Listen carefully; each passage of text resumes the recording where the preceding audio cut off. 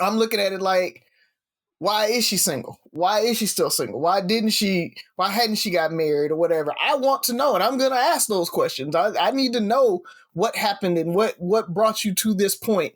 And if you can explain it and it makes sense to me, then cool, we can rock with it. I'll explain myself to you. Okay, then stay single. I don't care. Like, you don't have to do anything, but I don't have to date you either.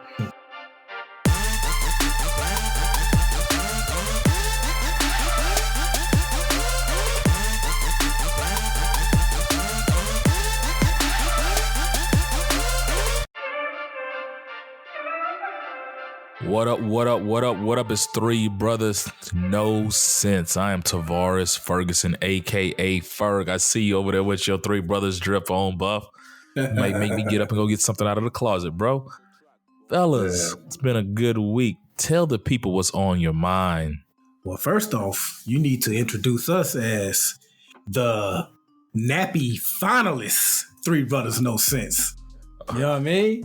Like, shout out to the listeners and the voters, man. We found out that we are finalists for the local podcast for a Nappie Award. And now that we're finalists, like, we always wanted it, but now we really want it. It's in reach now. You know what I'm saying? Like, we started off the season with no number one draft picks, a rookie head coach, no superstars. Now we done made the playoffs. It's like, hey, let's go for it, baby. So voting starts. Cinderella story, baby. Yeah, voting starts this Wednesday, May 4th, throughout the rest of the month. So just be checking our posts on Facebook and Instagram on how to vote. We'll remind you. But yeah, help us win that award. We definitely want to go for it. And they can vote. They can vote up to what, 5 times a day? It's once. I think it's once a day. Oh, it's once a day? Okay. Once a day, but they can vote every day. So don't just vote and dip out. Vote every day. Go back, vote. So we're going to be posting a good bit about it over the next week to remind you to go vote every day. Go vote, go vote, go vote. Hey, all I want for Christmas is my nappy, bro. And shout out to Inspire You, who we've partnered with. They also are finalists for Best Marketing. So Three Brothers, Inspire You on there. We trying to bring home the awards. We trying to bring home the trophies, baby. So we're trying to sweep, baby. Yeah. The only other thing I got, man, is HBOMax has We Own the City that just started this week. It's produced by The Wire's David Simon. And if you're looking for that The Wire nostalgia, this is the show for you. We Own This City. It features your man from Walking Dead and who played the Punisher. What's his name? John Bernthal, something like that. But he played the Punisher, and he played Bernthal. Yeah. He was Rick's. Well, he was Rick's friend until he started smashing his wife on Walking Dead. Spoiler alert. But he's one of the lead characters. Marlo is on there. Poop. A lot of Wire characters on there. So it's a good show, and it's based on. So Baltimore City Police had this unit called the Gun Trace Task Force, and shameless plug. Frank and I, on the other podcast I do, Politically Entertaining, we covered this story a couple of years ago. We had WBL's Jane Miller on there to talk about it. But, you know, they were tasked with getting guns off the street, but they started getting wild, man. They started like robbing drug dealers, running up in their house, pulling kick doors and everything, man. So first episode is out. Check it out. And that's all I got. Well, I'm glad you didn't have a whole lot because I got a whole lot to talk about. So, first of all, we'll start with HBOMax. And I don't know if you know, but Kiteman, Kiteman got a spinoff. And so they greenlit that. So he was hilarious. Kiteman was hilarious in Harley Quinn, man. I don't know how a spinoff's going to go. He reminds me of Johnny Bravo. Exactly. A superhero. So, yeah, like he was a villain though. He wasn't a superhero, was he? Who? Kiteman. Kiteman was a villain. Kinda. Yeah, all of them were villains. Yeah. So, but yeah, I'm kind of excited about that. So we'll see how that is. Ozark, the second half of the season started, so that's dropped on Netflix. So if you haven't watched that and you're an Ozark fan, go grab that and watch that. But I never gave a review of the Sonic the Hedgehog 2. So I just want to say Sonic the Hedgehog 2 was awesome. I know I said I was excited to go see it. It was awesome. It was really, really good. And now it is officially the highest grossing video game movie or adaptation ever. So Sonic 1 had took it before, and so it just made more than Sonic 1. So it is the highest grossing video game movie in the world. But I think every video game movie has sucked. Can't think of one good one. Mario Brothers sucked. Mortal Kombat sucked. Mortal Kombat 1 was actually pretty good. No. 2 sucked. No. The new Mortal Kombat was horrible. What else came out? Yeah, there hasn't been very, very many good ones. Street Fighter. Did they have a Street Fighter? They did have a Street Fighter. Street Fighter was even worse than Mortal Kombat. That was horrible. Yeah. I don't know, man. I'm gonna have to think about it. There's some good ones out there. There's some good video games. Tomb Raider good? Tomb Raider, Tomb Raider might be. Yeah. Tomb Raider might be the best series. Yeah, Silent Hill. Silent Hill was a good one. If you like horror and like jump scares and stuff like that, so it was a really good one. Trying to think. Oh, and the other movie, if you want to see with your kids, is The Bad Guys. So that was actually really, really good. If you want to, your elementary age kids want to go have a good family movie night, The Bad Guys is actually really, really good. So that was all my reviews. Only thing I got left is shout out to Morris Brown that got their accreditation back after 20 years. They're the only HBCU ever to have lost their accreditation and got it back. So shout out to Morris Brown.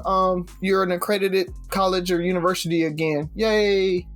I remember going there. I think they had maybe undergrad summer there, something there. The year they lost their accreditation, I remember that. I was a Neo. So, man, that might have been my first undergrad summit. 2002. Wow, yeah. It's been 20 years. Congratulations, man. Even for the staff and people sticking there. So, what else? What you got, Buff? I'm out. That's all I had. I just want to talk about We Own the City and the Nappies, of course. Okay. Once again, congratulations to Inspire You on Air. You guys are doing it. I don't really have much outside of I'm about to put my hater hat on. I'm so happy that the Nets got swept. I don't know why. It just touched my soul to see them. And I mean, KD played a good game and stuff like that. I want him to do his thing, but it was also, it's almost like I felt like he did not respect the game and the grind that came with winning a championship. There was a moment when he played for Golden State and they were just dominating, and he was braggadocious about how there was no competition out there and how easy it was. And in my mind, it was because you are the competition. And you went to the ops. You left, right? You left. This is a year after you got, they came back from a 3-1 deficit, and he choked. And then you go join the ops. So I just, if he would have been silent and just enjoyed it and learned, I would have had no problem with him. This dude got real big, talking all that noise, and now he's over there getting swept in the first round with arguably the best guard, one of the best scorers or special scoring guards out there right now. But he ain't show up. No excuse, sir. He ain't show up. Who? Kyrie. Kyrie. But the thing, Kyrie don't want to play basketball. I agree. He don't want to play. I agree, but it's always something. It falls on the leadership, right?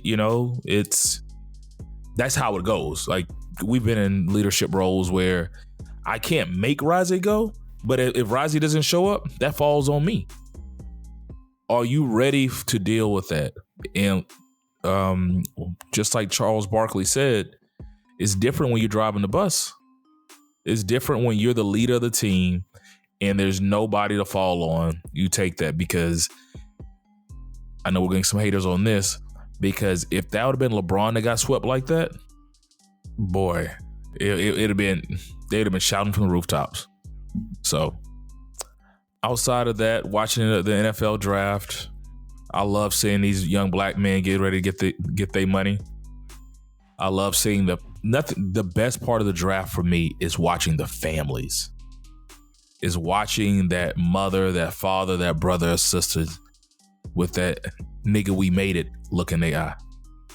Because they know that their lives are about to change forever. Hopefully forever, as long as they don't blow their cash. But that I think about my mom, if I ever would have had the talent to play football or a professional sport and make millions of dollars, and that just one day we go from being, I don't even know what we were, lower class, upper, lower middle class, whatever we were, to we rich. Not wealthy, just rich. That has to be great. Just watch the families, especially, and they're getting more and more foreign players, like from Nigeria and other parts of Africa. I love seeing that. These families that have, you saw it in basketball for a while, but the families who pick their families up, move to America to let their kids pursue their dreams or jump on opportunity. It always makes me think of King Richard. Would I do that for my family? Would I stop what I'm doing and say, all right, we're moving to Los Angeles or we're moving to Florida so you can go be a gymnast, a basketball player, a football player, whatever. These people travel halfway around the world to give their kids the opportunity to fulfill their dreams. So when I see that dream fulfilled, there's a special place in my heart for those families. We don't call Richard Williams a genius enough. Either a genius or a prophet or both. For him to tell his wife, we need to have 2 more daughters and they're going to be tennis stars. You know what I mean? Like they weren't even born yet. Is that how it happened? Yes. Yeah. That's wild, man. He like, you know what? I'm going to try not to bring up race this episode. I do it every episode. I'm not going to do it. I'm not going to do it. I'm not gonna say if he was white. I'm not gonna do it. I think you've already done it. Did I? I did it. Might as well go there. If he was white, yeah, I think that's it. If he was white, we would be comparing him to Jeff Bezos and all these other so-called smart billionaires, Elon Musk or somebody like that who just bought Twitter, by the way. Yeah, that's prophetic. That's genius. It's I didn't know it went down like that. Yeah, man, that's crazy. So, but he had a bunch of daughters. That's hilarious. Yeah. So. You know, I play things out of my head. So how many daughters did he have before them? Was it like 3? Was it? I don't know. 3, 4? I don't know how many were his versus like they were a blended family. Yeah. So he had a bunch of kids outside of that relationship. Their mom had some kids before they got together. So I don't know which ones is actually his or not. But there was like 4 girls and 2 boys or whatever total outside of Venus and Serena. However it goes. Do you remember that it was a few years ago where they had this high school football phenom, the coldest to ever do it? Yeah, we made a post about it. Yep. Mm-hmm. To me, I wonder what the rest of his siblings' names were. It's like you got Bruce, John, the coldest. It goes in that same mentality where it's you got all these kids. It's like, okay, John, Razi, Buff.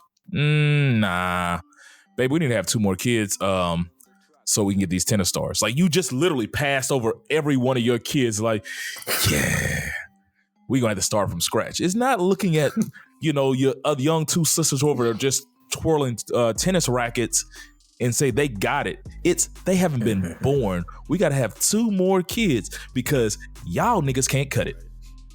And I don't. It's like and for the ladies, the mother, she did her part too. She was out there working with Venus and Serena too. It wasn't all Richard, but the fact that he came up with the idea, and they had Venus, he was like, "Oh, I need 1 more. I need 2 tennis stars, 2." But Gary, why not stop at 1? Yeah, right. Richard, we can just stop at 1. Nah, baby, we need 2. I mean, what's the point of having 1 tennis star? Crazy. It's I mean, shout out to like all the parents out there like that are putting in that work for their kids. Like you said, the folks that moved halfway across the world, but just that normal mom, dad that's Pooh, my sister that's every weekend is on travel ball. They're in some new city. The amount of money you have to spend to do travel and play year round, and you're at the park 3-4 times a week. Like, that's crazy. And that's the regular practice. And then you got pitching practice or batting practice or whatever that's outside of that. Like, the amount of work that parents have to put in to get those kids to that level. I mean, they deserve those houses. They deserve those cars that those kids buy them because they put in a lot of work. So shout out to all the moms and dads out there that's doing it. That I know you're tired. I know you don't want to go to the park and sit and watch the kid or whatever, but you're doing it just to because that's what they love and you see that in them. So, you know, shout out to y'all. I'm gonna default to the old Negro adage: y'all better than me. Cause I ain't got it, bro. I just sit there and say, how do you do it? I barely want to do what I do on a daily basis. And then you got a whole raising athletes is almost like another full-time job. And maybe because even though I played sports, I would never consider myself an athlete. And so a lot of these people who are into athletics, I did stuff because it was fun and I had natural abilities. And when it got tough, I was like, I'm good. These people that just went through and because I could have really did something in track and probably soccer. It's just, I love track. I loved everything about track but running. And so when it comes down to it, I just can't see myself. And I say that now, but I just can't see myself pushing my kids to that level. Now I want to support my kids. You know, I will support my kids, but there's people that push their kids to that next level. All righty, fellas. Razi, is Sophia available? She is. We recorded early enough, so she hasn't gone to sleep yet. Hold on, let me go get her. Hey, Sophia. Hey, y'all. Hello. Do you have a good joke for us today? Mm-hmm. All right, let's hear it. What do you call a zombie that writes music?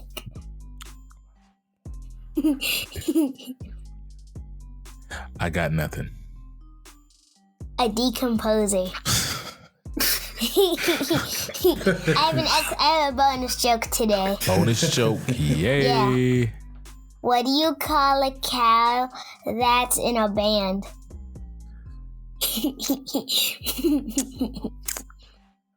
I don't know. I got nothing, Sophie. A musician. That's kind of cheating. Okay, all right, okay, cool. I'll go with that. I'll go with that. I would have never got that one. Bye-bye. That little girl, she's sweet. Were you taking notes, Razi? I just can't smile and sound cute like that. You gotta know your angle, sir, and you just gotta figure it out. She's a natural. She is. It's the cuteness. I told you, it's the Rudy effect. Sounds like hate. If you say so. I mean, I'm not the one hating on my 8-year-old daughter. She's not really funny. She's just cute. That's how you sound. Oh man! All right, who's up first today? Not I. I think it's on Buff actually. Oh yeah. Okay. Well, check this out. You guys can answer this one way or both ways if you like. But we all, Ferg and I met one another in middle school. The three of us collectively in high school. You could treat it like a 2-part question if you like. So during that age, what was your biggest fear of getting old? Or you can take it to how old we are now. We're all 41. Well, Razi will be in a couple of months. But we're essentially all 41. So I guess at this age, I guess like 80s and 90s is considered old. So what are your biggest fears of getting old? You could take it from this age, or you could take it from what they were back then. Yeah, it's very different. Like that definitely is a 2-part question because, you know, when in high school, old was 40. Exactly. So, Oh, it's 30 something. We waving at our high school selves now, like, hey, we made it. We old. I mentor and be like, y'all hope to be as cool as me when y'all get my age. Yeah. I was saying, it's so funny. We're at the age now we can look at 50-year-old women and be like, oh, she's still hot. I was like, oh man, I'm old. I'm really old. But just don't say that out loud. It's internalizing and hearing it are two different things. You don't think. You don't think. I ain't got no filter.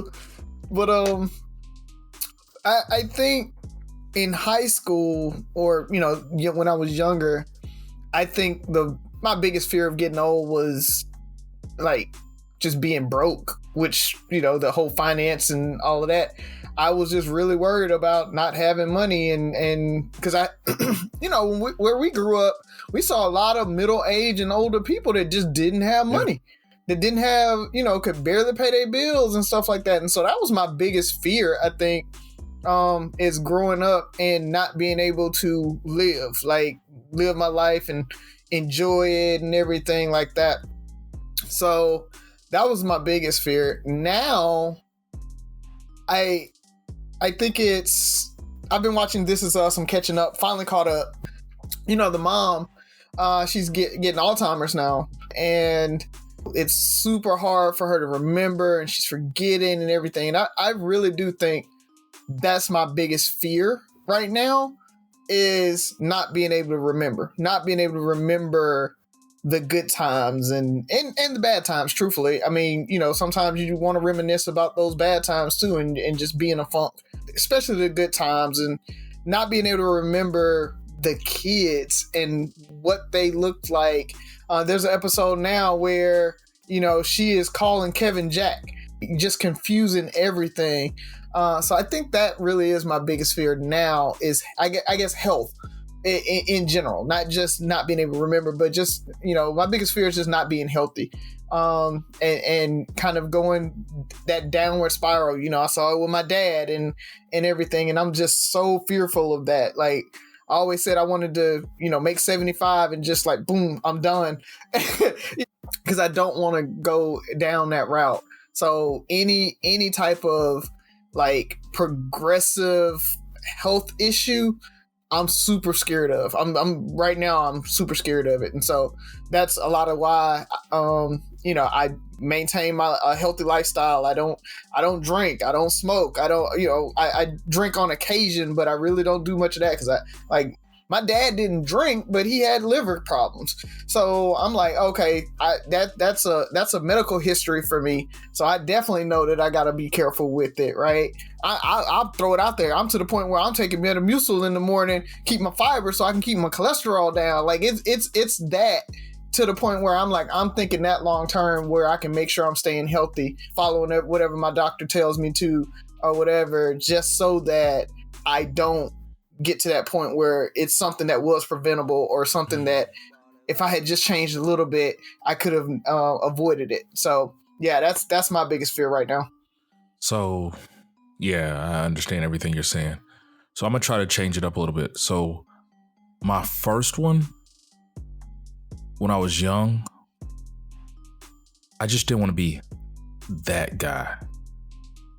We all have that family member, that church member that just looks like they had a hard, bad life.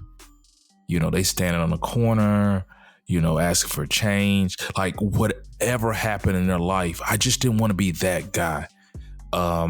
You talk about not being broke. I never really thought I would be broke. I thought I'd be at least functional. I always assumed I would be functional because I've seen my family members, dad, my mom, they found a way to function, and they never made a whole lot of money, but they made ends meet. I think the average American, maybe living check to check, but I didn't want to be the guy in the corner that was doing that because it was just, as you all know, my dad passed about going on 2 months now. He knew everybody.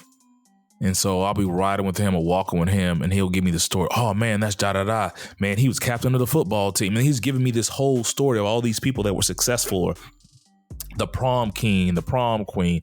She was Miss Murphy. She was this person. And you look up, and they're standing out in front of K&R.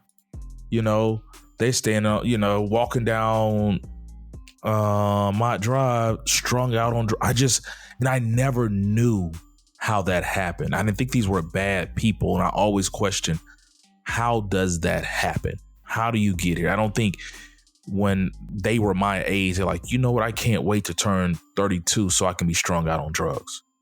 Said nobody ever. Right. And so I just didn't. But I felt like I saw it a lot. And I just wondered how people got there. And I just was fearful that could potentially happen to me. So the second question, I actually have 3 answers.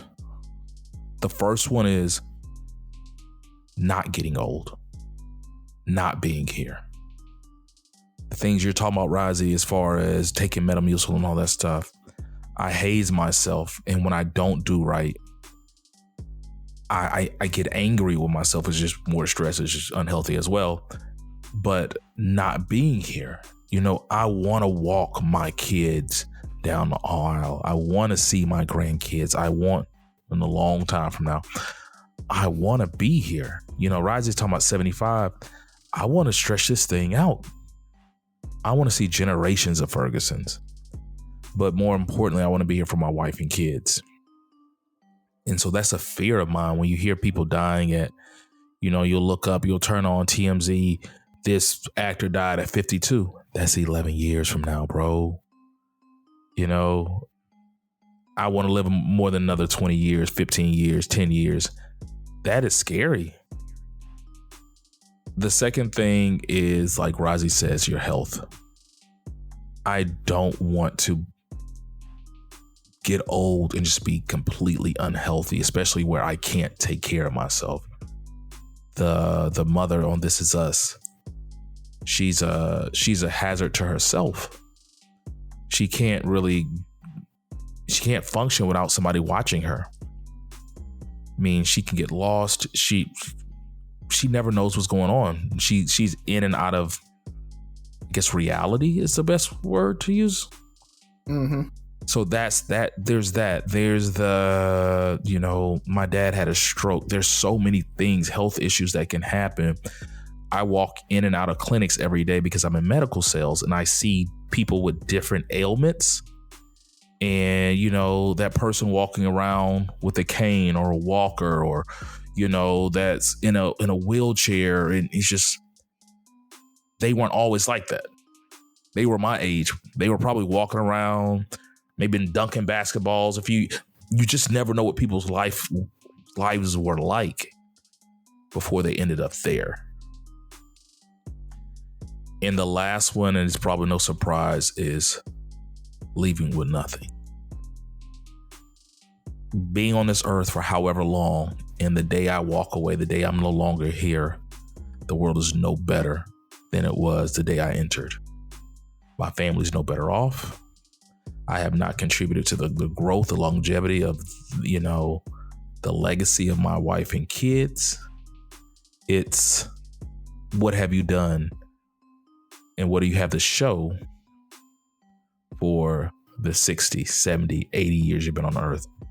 Because there are people who are burying family members with debt, with a lot of animosity, bad feelings, broken relationships, a lot of stuff, just unresolved issues. And I just don't want that to be me. I want to make an impact while I'm here. So, yeah, and an impact beyond the church. Not to say that's not a good thing, but I see you go to a lot of funerals, and it's like in the church, and the church members are like, oh, they were such a good person, yada yada yada, but then nothing else, right? That's it. So it's going beyond that and into the community, the larger community, not just your small circle. I guess I should have known you guys were gonna do well with this question. I didn't realize how parallel our answers would be, especially mine with yours, Razi. So I'll start with when we were younger. my biggest fear when I was younger was just like figuring out life. Like, what was I going to be? What was I going to do to make money? What type of family and home would I have? Things like that. Just figuring out everything, because I'm not one of those kids that was like, I can't wait till I become an adult. I knew being an adult had a lot of responsibilities and stuff. I ain't want no part of that. I like the fact that my responsibility was keeping my room clean and doing my homework. That's it. I ain't gotta worry about bills. You wanted to be a Toys R Us kid? Yeah. I ain't have to worry about what tax form I need. You know what I'm saying? None of that. So that was my biggest fear. But now, especially listening to Razi, like, I have two parents that died before they were 70. And Razi said, he wants to make it to 75. My number was always 80. I was like, you know what? Just let me make it to 80. After that, I'll check out if need be. But 75, 80, like I said, I have two parents that passed away before they even reached 70, and both had cancer. And that's heavy on my mind. So much so that I remember, my mom had brain cancer, and she was forgetting things, and we just thought it was just typical. You getting, like, we used to even joke about it sometimes. Like, she, will forget something about that's that age kicking in. When she passed away, for a few immediate months after she passed, something that I really got sensitive about is when I'm having a conversation with somebody and they would say, you don't remember I told you that? You forgot? Like, it cut me so much so that I had to like tell Tabitha, listen, it may sound stupid, but right now, don't say that to me. Cause it was like, it just brought this fear up in me, like, that's how my mama started out. It's happening to me. I'm like online looking up foods to help your memory. Like Razi said, he takes Metamucil.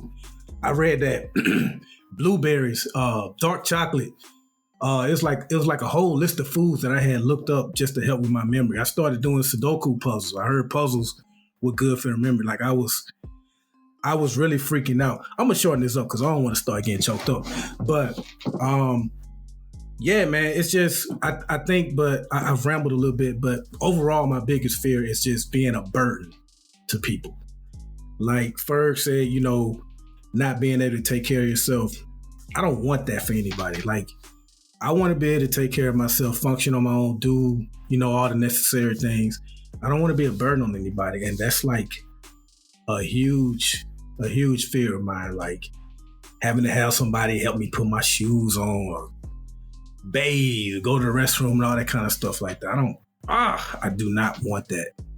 So I definitely try my best to, you want to have fun. Sometimes fun includes doing unhealthy things.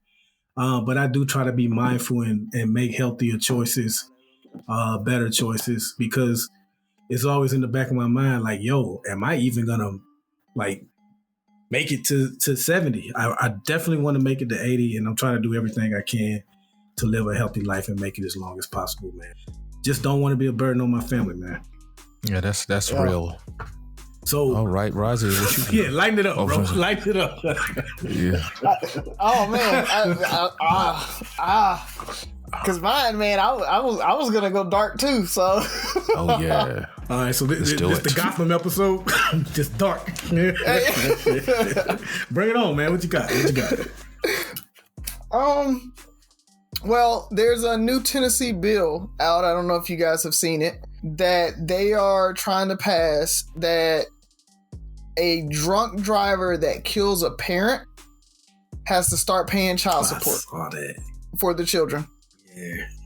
And I just wanted to kind of talk through that and get you guys' opinions and thoughts on that, because it's like we hate slippery slope arguments, right? But it's a slippery slope. So, as soon as especially in Tennessee and in the South, right? They passed that, but will they start to pass what about somebody that kills somebody with a gun or whatever? Is that the same thing? Do they have to pay child support?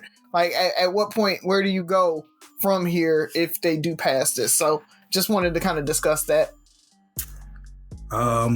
So when it comes to slippery slope things, I always say we'll worry about that. Like for instance, people say, used to say we can't have gay marriage because if you let, a man marry a man, pretty soon you'll have what happens when a man wants to marry an animal. Okay. Two men are people. When someone wants to marry an animal, we'll address that and say no. That's how you handle a slippery slope. We'll hear the animals argue, see what they have to say, and go from there. Maybe they want to marry. Who am I? But I think I like it, man. I like it. I unless you guys have a compelling argument, I don't see anything wrong with that. I like that. I don't. You don't like it? I mean, it's well, I like it. Oh, okay. Well, I'm not gonna say I like it. I'm not gonna say I like it. I get it. Yeah. I get it. It's the fact that because when you talk about being a drunk driver, and especially if you're not going to jail after getting in the car because it's illegal to drink and drive and kill somebody, yes, it's gonna change your life. I'm not saying I don't feel any remorse for them. We all make mistakes. We've all gotten behind the wheel intoxicated. Let's I'm gonna assume. I don't know. I'm just gonna assume that we've all gotten behind the wheel intoxicated. I'm big on if you make a mistake, there's consequences you have to pay.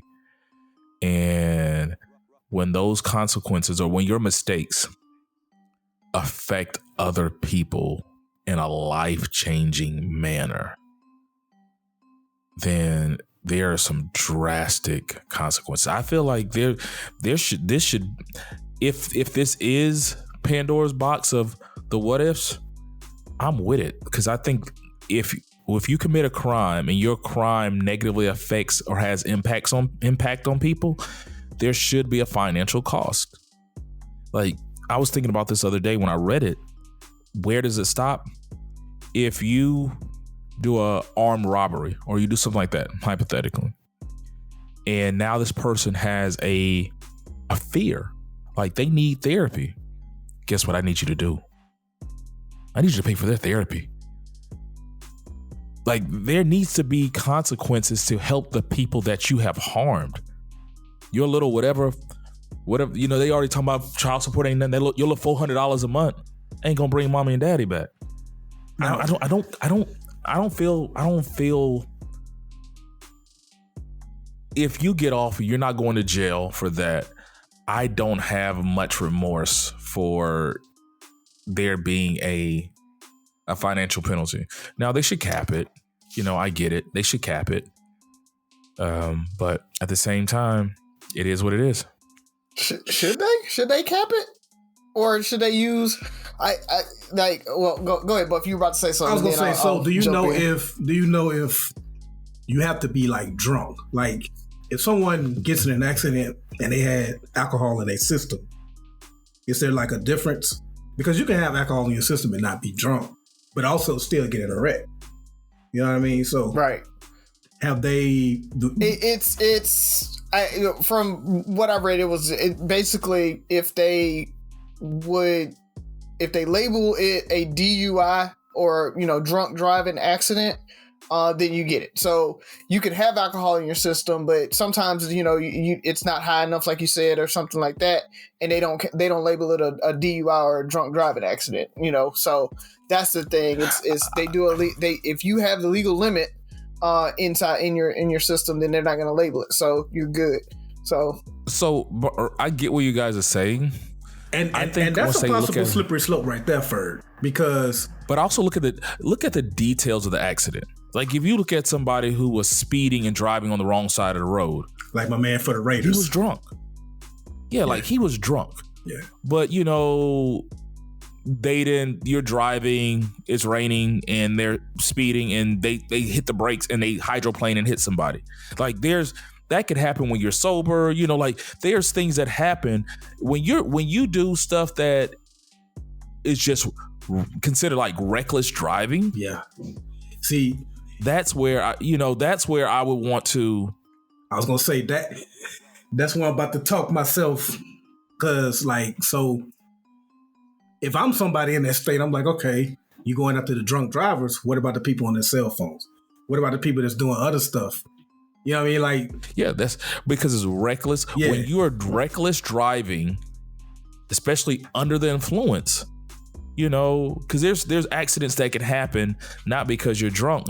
You have to be careful because it's easy to throw a DUI on there.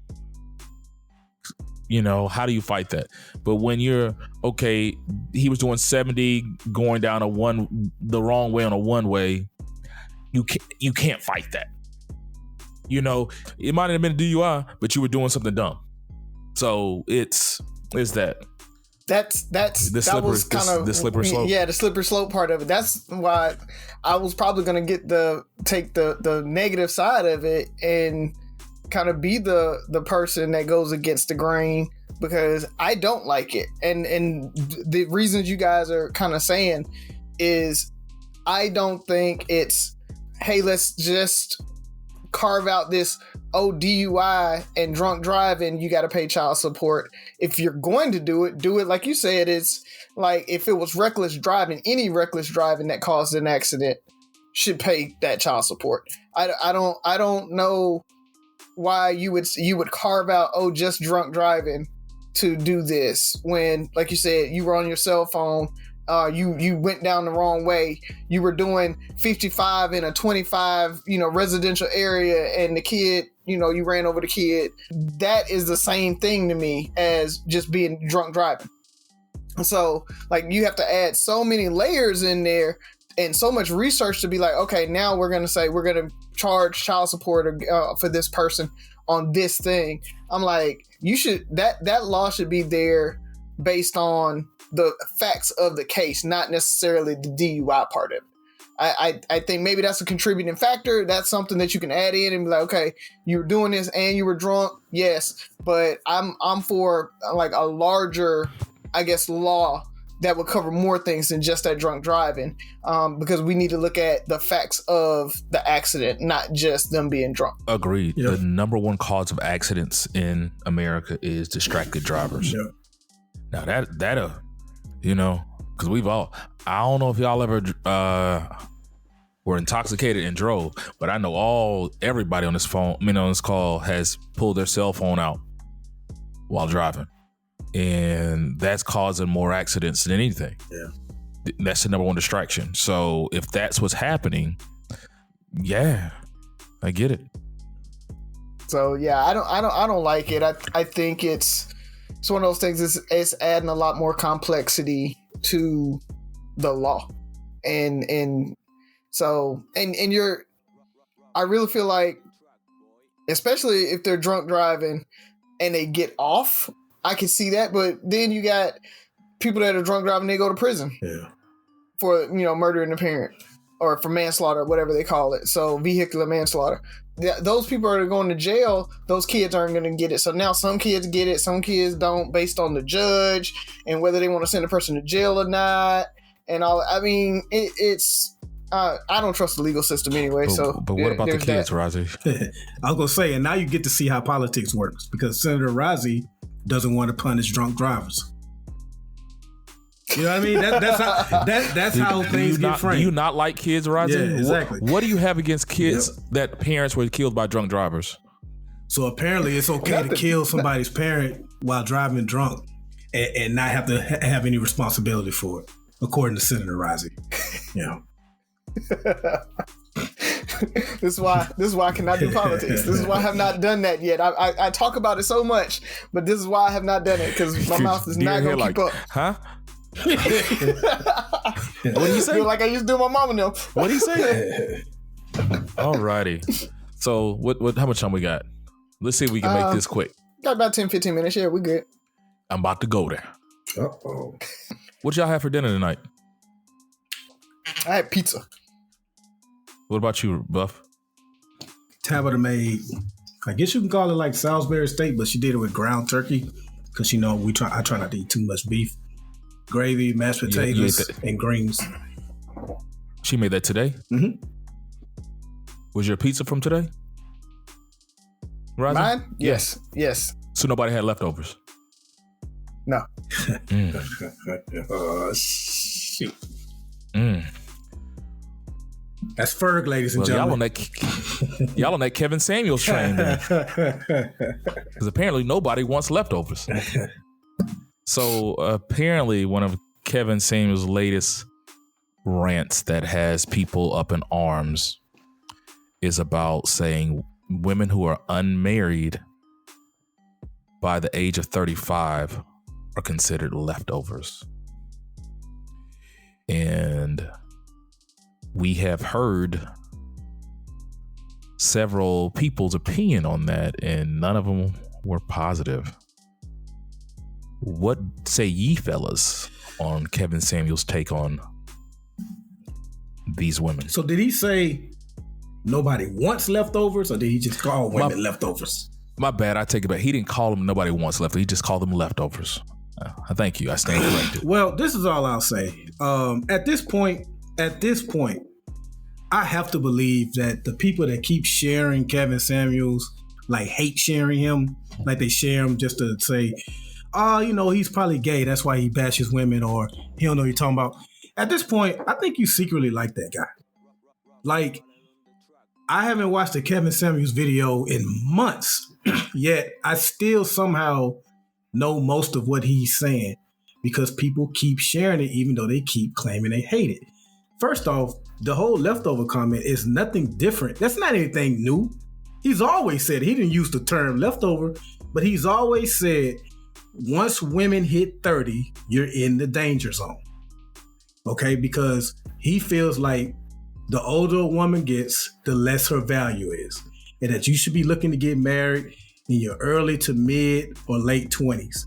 Once you hit 30, you are no longer as desirable as you were in your 20s. That's not that far off from pretty much calling you leftovers. Now, I know women have been saying, well, I know plenty of men that like leftovers. Yeah, men do like leftovers. I like leftovers.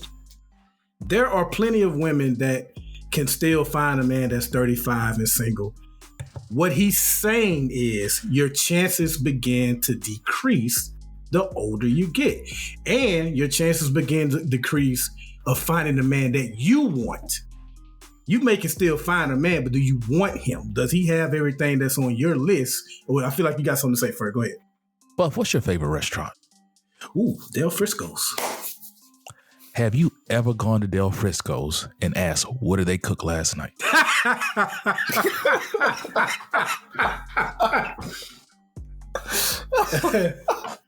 Just answer the question. Yes or no? No.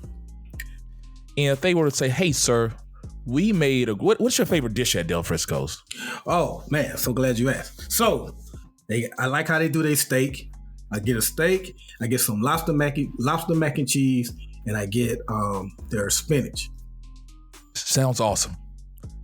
And if you went to Del Frisco's and said, hey, sir, we have steak. I know the way you like it. Some lobster mac and cheese, but it was from yesterday. How would you feel?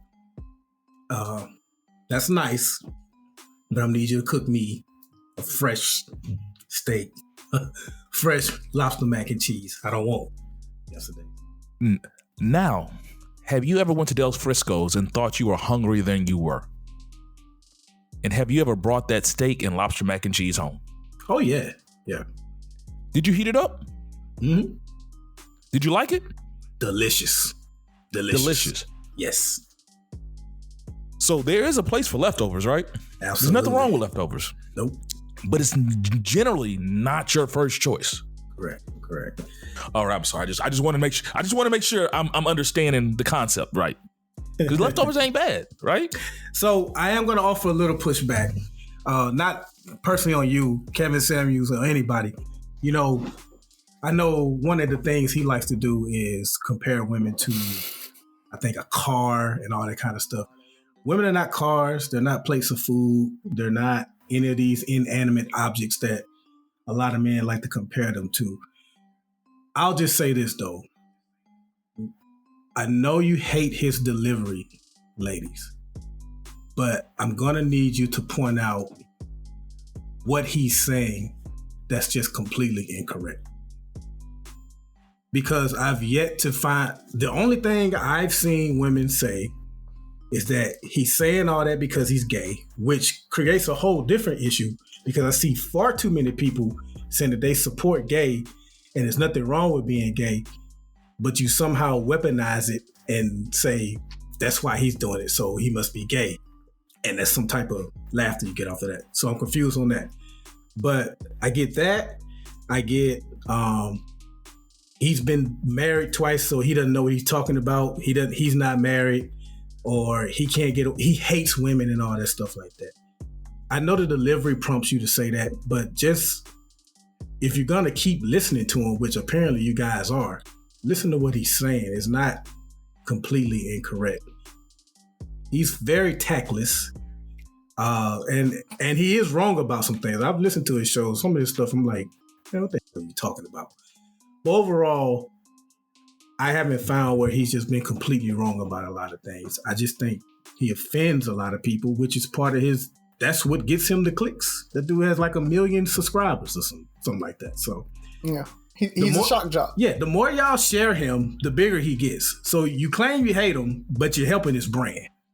Like, tune him out. Same, just like Candace Owens. I can't tell you nothing about her show. I only know she still has a show because I don't care what she has to say. Yeah. So that's all I got, man. What say you, Razi? I mean, a broke clock is right twice a day. I agree with everything you guys are saying. It's tactless. It's horrible delivery. But the underlying message or intent of what he's saying is true.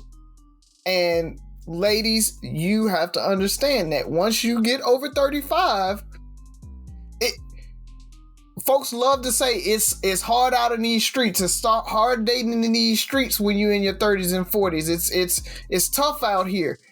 That's exactly what he's talking about. It's like the folks that's left out there, the leftovers that's out there ready to date in our age group. That's why we consider them the leftovers. It's like you're out of 20, 30, 40 people that you're going to meet that's single in their 30s, 40s, you might catch one or two that fit your list that Buff said, right? Like, and so everybody else, there's something wrong that knocked them out of your list, that you didn't want to date them or whatever. And so when you're dating somebody that's in that age group, that's the assumption. You go in like something got to be wrong with this girl. Something got to be wrong with this guy. Why are they still single at this age? Now, granted, it might be, oh, he's a widow. Oh, she didn't do this. Oh, she concentrated on her job and, didn't have a couple bad relationships, and so just didn't happen for her. There, you can talk through that, and maybe they aren't the leftover, and it just so happens that, they're the good leftovers, right? They're Frisco's, steak and lobster leftover. They're not McDonald's leftover. Like, you can't eat McDonald's leftovers 2 hours after. So being leftovers isn't necessarily a bad thing. What we're saying is that, like, you're more careful approaching people in that age group because you anticipate baggage. And that's all he's saying. And it's true. I can tell you from experience, it's true. Like, I'm looking at, like, I'm not going after 25, 30-year-olds, but what I'm saying is, like, I'm looking at it like, why is she single? Why is she still single? Why hadn't she got married or whatever? I want to know, and I'm going to ask those questions. I need to know what happened and what brought you to this point. And if you can explain it and it makes sense to me, then cool, we can rock with it. I'm going to explain myself to you. Okay, then stay single. I don't care. Like, you don't have to do anything, but I don't have to date you either. And so, ladies, that's what you got to understand is you're trying to capture that man and you're trying to capture his attention just like he's trying to capture yours. So, yes, you do have to explain, and you gotta make yourself available and vulnerable to that guy. Because that's what I'm running into a lot too in this dating realm. It's like, women don't want to make themselves vulnerable because they have baggage. They've had bad experiences and guys have kind of, done them wrong and all this and that. And so now all of a sudden they don't open up and they want to play games and they don't want to tell me what they like. And so I got to guess. And I'm always constantly having to, drive the conversations and stuff. I mean, I've been in conversations with women, and now I'm just opening it all up for the dating game. But I've been in conversations with women where I'm like, well, what do you like to do? And they're like, well, I can't give you everything because you'll be that guy and you'll show me that. And then you'll flip it later. And I'm like, okay, thanks. I appreciate it. We're not going to talk anymore because I don't have time to decouple and decode and figure it out and guess when I'm trying to impress you and I'm trying to date you. Like, if I'm trying to have a conversation with you, I'm trying to date you, then let's have a conversation. Tell me what you like so that I can show you a good time. And make sure that we are compatible. Because if you like things that I don't like, then we probably don't need to be talking right now. And in the woman's defense, maybe they don't have to tell you, right? They don't have to tell you. And maybe you should try harder. But the thing about it is it's just clashing. Like we're so I think with age, you become more grounded in your ways. And the more we become grounded in our ways, it's harder to, from my experience and the people I've talked to and the things I've seen, it's harder to be open to new things. If I've been doing this for 41 years and it got me here, it's hard for me to change for you or to, try to fit into your world or your thought process and play these games, or I need somebody who's going to try to work hard to date me. Whatever it is, you have the right to feel that way. You have the right not to feel that way. It's just, I don't know, bro. You got anything else? It was just always that, because I don't want them saying, well, you should try harder. You being lazy. Whether he's gay or tactless, whatever it is, he better than that Derrick Jackson dude. They're just telling what they want to hear. Yeah, who's talking all that shit, and then come to find out he's stepping out. So yeah. So that's what y'all need to say you smoke for. Get him to smoke. So what I'm gonna do is I'm gonna take a step back, because we make it seem like leftovers. It sounds like a bad thing, has a negative connotation. There's plenty of married people who are trash. It's not like your people are better because they're married. But we're saying if married is the end goal, there's plenty of people who are married that are in miserable marriages and miserable relationships in which they were out in these streets again. At least they think they do. We're not saying, and I think that's what happens, is a lot of times people hear him, and because of his tact, because of his delivery, everything he says is negative, and it possibly can come off as an attack on them. Well, you're a leftover. Leftover means a bad thing. And it's just, no, there is some truth to the fact that you are still in this dating world. You're still in this thing. And I talk about, and maybe I haven't mentioned it on here, I'll call it your dateability resume. As you get older, there's things that are added on your resume that might not make you as favorable as somebody else that may be younger. I'm not saying it's not, but there's added things on your resume. It could be the bad relationships. It can be your unwillingness to change. And this is for men and women. But these are realistic things that we have to, or we should accept. You don't have to do anything. And I think that's all he's saying, because it's no different than your grandmama's telling you, well, the man ain't gonna wait forever. When you gonna get married, that's older than time. Old people have been telling people to get married while they were young, because there's a whole card game when you were a kid called Old Maid. Because as you get older, it is harder to find a suitable mate. And it seems like, maybe I'm biased, but it seems like it's harder for women to find a suitable mate than it is for men. We can debate on why or if that's true, but that seems to be the reality that I see. If I know men who are decent looking guys and make a decent living, and if they really wanted to settle down and get married, they could be married in the next year and a half. No problem. Now, will they find a quality woman or somebody they love? Probably not. But it's easier. And I mean, old people have been saying this for years. This is not, Kevin Samuels didn't invent this. He just called you a leftover. Your grandma will call you, oh, you got that auntie that ain't, that was hot when she was young, and now aunt so and so ain't never getting married because ain't nobody want her. She got a friend that she bring to every family reunion, a friend that she bring to every barbecue. This ain't new. We've seen it. We experience it. Some of y'all might be auntie.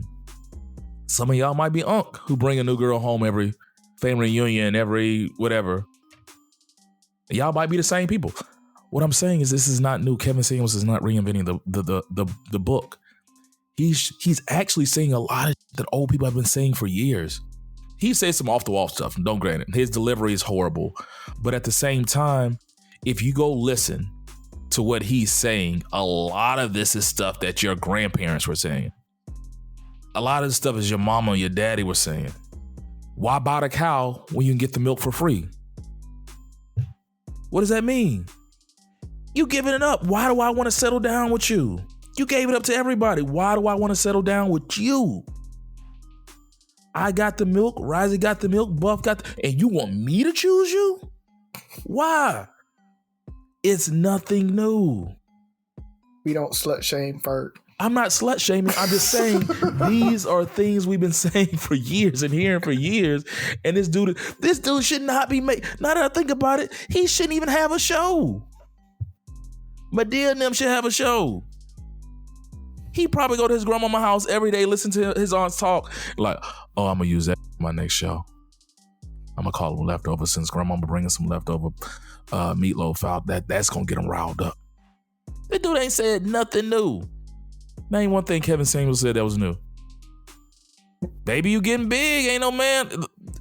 Your family judge you when you get too big. They judge when you get too old. They judge you when you got too many kids. Ain't no man gonna raise all them kids. That man his kid. This ain't nothing new. But when Kevin Samuels said it, it's like he invented this theory on why it's hard to date and find a suitable mate. Come on now. Get him, Ferg. I'm just sorry. I'm sorry. Kevin Samuels calling y'all fast and all that. Now y'all mad.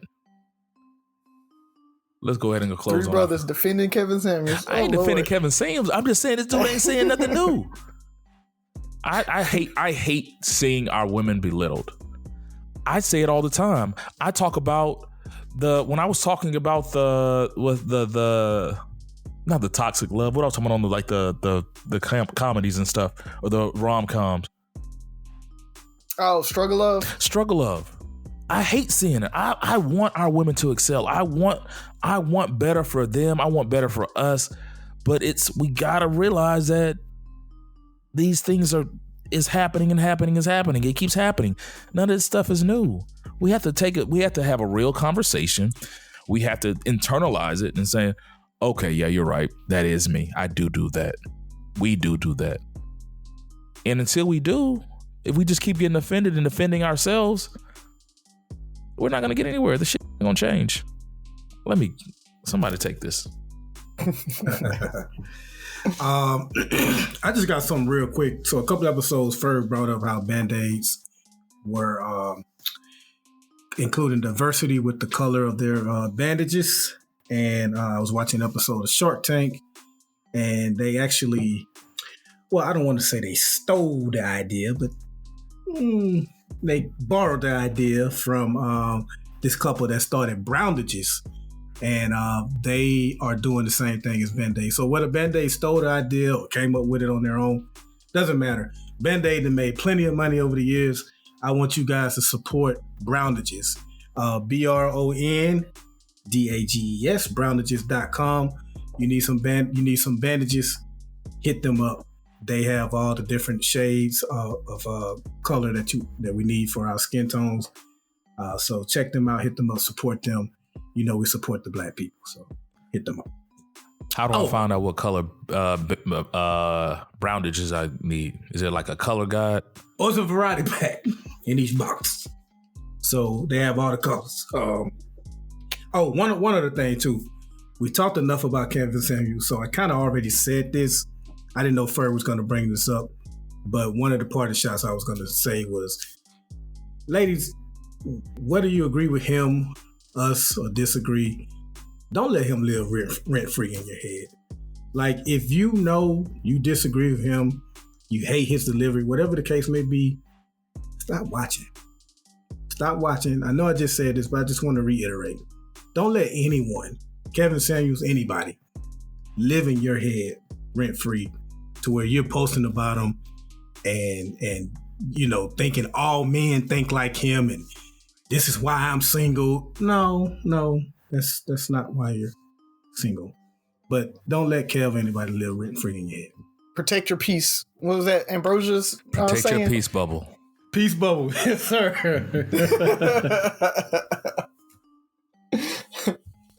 Only thing I have, man, is it's Autism Awareness Month or Acceptance Month. They changed it from awareness to acceptance. So Autism Acceptance Month this month. So you or this past month, because it will drop in May now. But just want you guys to make sure that you know you're watching out and not questioning parents. I think we do that a lot where, you know, kids having a meltdown or kids having this and you know, parent, oh, they just need a whooping or this. You don't know what's going on in those folks' lives and what's happening with those kids. And so we just want to be aware and accept those kids and what's happening with them.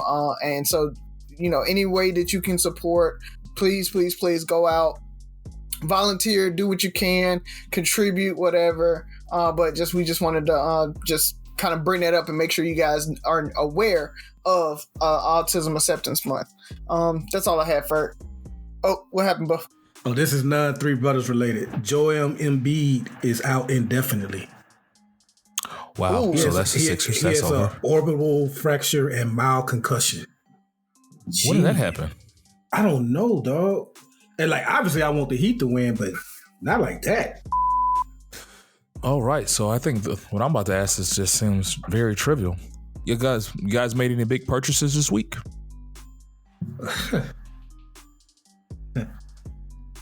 I plead the fifth. Okay. Maybe you bought a couple of pair of shoes. Maybe you bought a Del Frisco's franchise. I don't know. But I can tell you what you didn't buy. One of those is true. Well, I can tell you what you didn't buy. What's that? You didn't buy Twitter. How do you buy Twitter? Man, 44 billion. I saw a post that said you can make $200,000 a day since Christopher Columbus hit the United States and you still wouldn't have $44 billion.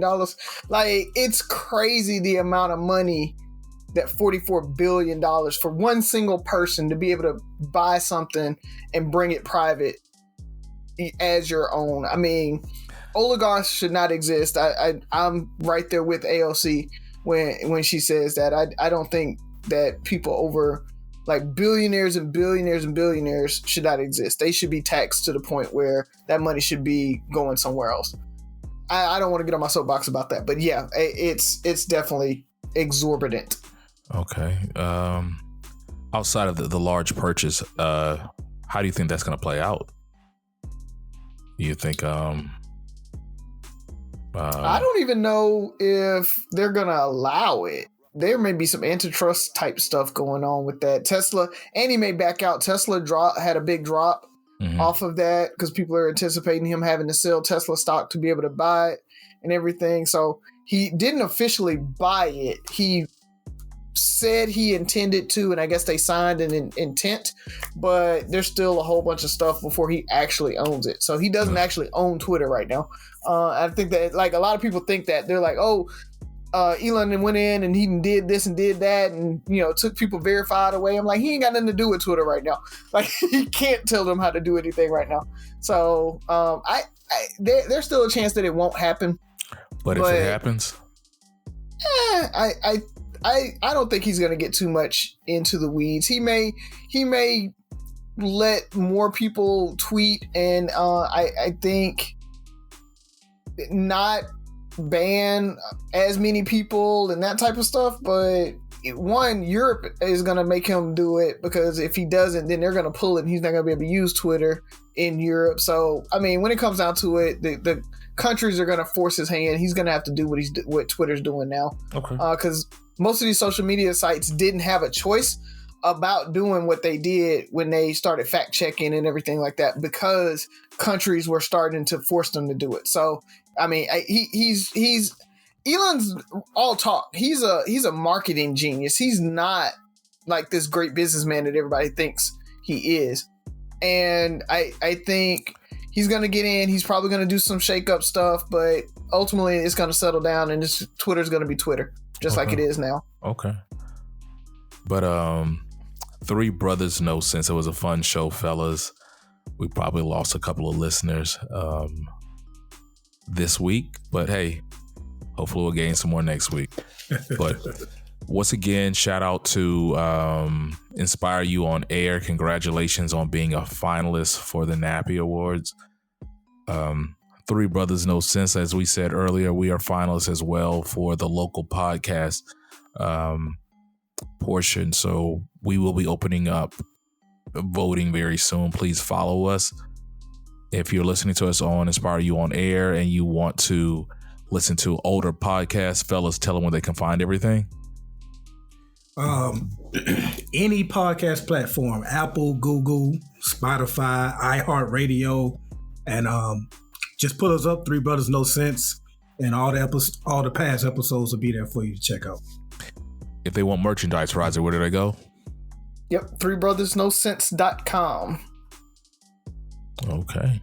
You can follow us on Facebook at Three Brothers No Sense, at Twitter. Yeah. Brothers Sense. Elon Musk's Twitter at Brothers Sense, and also Instagram, Three Brothers No Sense as well. Okay, so once again, Three Brothers No Sense. 6 rules of podcasts: listen, like, share, subscribe, comment, and most importantly, listen again. Talk to you next week.